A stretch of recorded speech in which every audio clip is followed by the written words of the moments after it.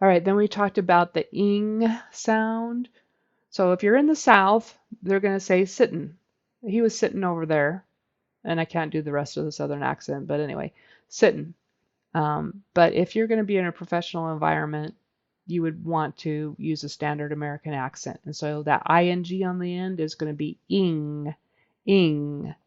And for ing, you're any kind of ong, ing, that ng ending, it's going to be a nasal sound. So your tongue's just going to go back. The back of it's going to go back tight. And then you're going to feel it resonate in your nose. Ing. Like if you say the N sound, that's a nasal sound. Mm, M, mm. If you do S, it's not going to vibrate. S. Oh, no vibration. But also ing, ong, ang, those are going to vibrate. Ing, ong, ang. You should feel it tickle. I mean, not tickle. You should feel it vibrating in your nose.